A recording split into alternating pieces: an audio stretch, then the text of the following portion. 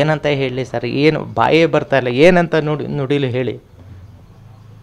ನೀವೇನು question ಕೇಳ್ತೀರ answer ಮಾಡಬಲ್ಲೆ. ಪರಿಸ್ಥಿತಿ ಹೇಗಿದೆ ನಿಮಗೆ? ಪರಿಸ್ಥಿತಿ ಹೀನಾಮಾನ ಆಗಿದೆ ಸರ್.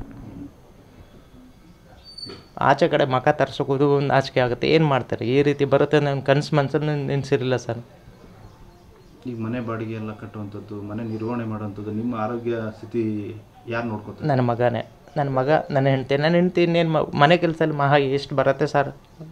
ಅವಳು ಮುಸ್ರೆ ಪಾತ್ರೆ ತೊಳೆದು ಬರ್ತಾಳೆ, ಏನು ಬರ್ಬೋದು ಅವಳಿಗೆ. ನಿರ್ವಹಣೆ ಮಾಡೋಕ್ಕಾಗ್ತಿದ್ಯಾ ನಿಮ್ಮ ಮಗ? ಕಷ್ಟ ಇದೆ ಸರ್, ಕಷ್ಟ ಇದೆ. 3 ಜನ ಮಕ್ಕಳು ಸರ್. ಏನು ಕೆಲಸ ಮಾಡ್ತಿದ್ದ ಮಗ? ಏನು ಓದ್ತಿದ್ದ? ಏನಕ್ಕೆ? ಅವ್ನು ಸೆಕೆಂಡ್ ಇಯರ್ B.Com ಓದ್ತಾ ಇದ್ದ. ಈಗ ತಂಗಿಯನ್ನೆಲ್ಲ ಆತ ಓದಿಸ್ತಿದ್ನಾ? ಹೌದು, ಅವನು ಸಪೋರ್ಟ್ ಇತ್ತು. ಯಾಕೆಂದರೆ ನಾನು ಹೆಚ್ಚು ಕಡೆ 9-10 ವರ್ಷದಿಂದ ನಾನು ಮನೇಲಿ ಮಲಗಿದ್ದೀನಿ.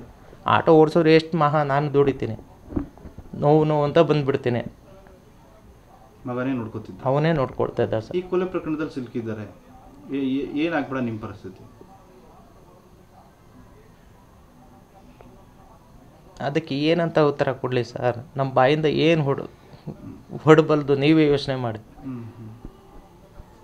ಅಂದರೆ ಈಗ ನಿಮ್ಮ ಮಗ ಈ ಕೇಸಲ್ಲಿ ದೊಡ್ಡ ಆರೋಪಿ, ಅಂದರೆ ಈಗ ಬೇಲ್ ಮಾಡಿಸ್ಕೊಳ್ಳೋದಕ್ಕೆಲ್ಲ ನಿಮ್ಮ ಹತ್ರ ದುಡ್ಡು ಇದೆಯಾ? ಲಾಯರ್ನ ಇದೆಯಾ? ಅದಕ್ಕೆ ಏನು ಮಾಡ್ತಿದ್ದೀರಾ? ಯಾರಾದರೂ ಕಾಂಟ್ಯಾಕ್ಟ್ ಮಾಡಿದ್ರ ಲಾಯರ್ನ? ನಾವು ಯಾರನ್ನು ನಾನು ಕಾಂಟ್ಯಾಕ್ಟ್ ಮಾಡಿಲ್ಲ ಸರ್. ಏನೋ ಹೆಂಡತಿ ಕಡೆಯಿಂದ ಒಂದು ಆಸೆ ಅಲ್ವ ಸರ್, ನನ್ನ ಮಗ ಏನೂ ತಪ್ಪು ಮಾಡಿಲ್ಲ, ಆಚೆ ಬರಲಿ. ಮಗನ ನೋಡಿದೆ ನಮಗೆ ಮನೇಲಿ ಇರೋಕ್ಕೆ ಆಗ್ತಾಯಿಲ್ಲ, ಒಂದು ಸಂಗತಿ ಇಲ್ಲ ಸರ್.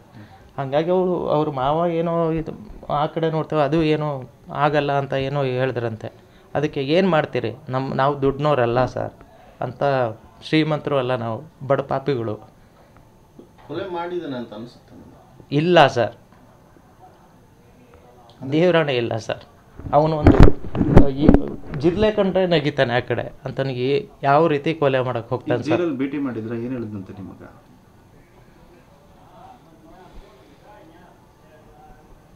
ಅಮ್ಮ ಹಿಂಗಾಗತ್ತೆ ಅಂತ ನನಗೆ ಗೊತ್ತಿರಲಿಲ್ಲಮ್ಮ, ಬಂದುಬಿಟ್ಟಿದ್ದೀನಿ.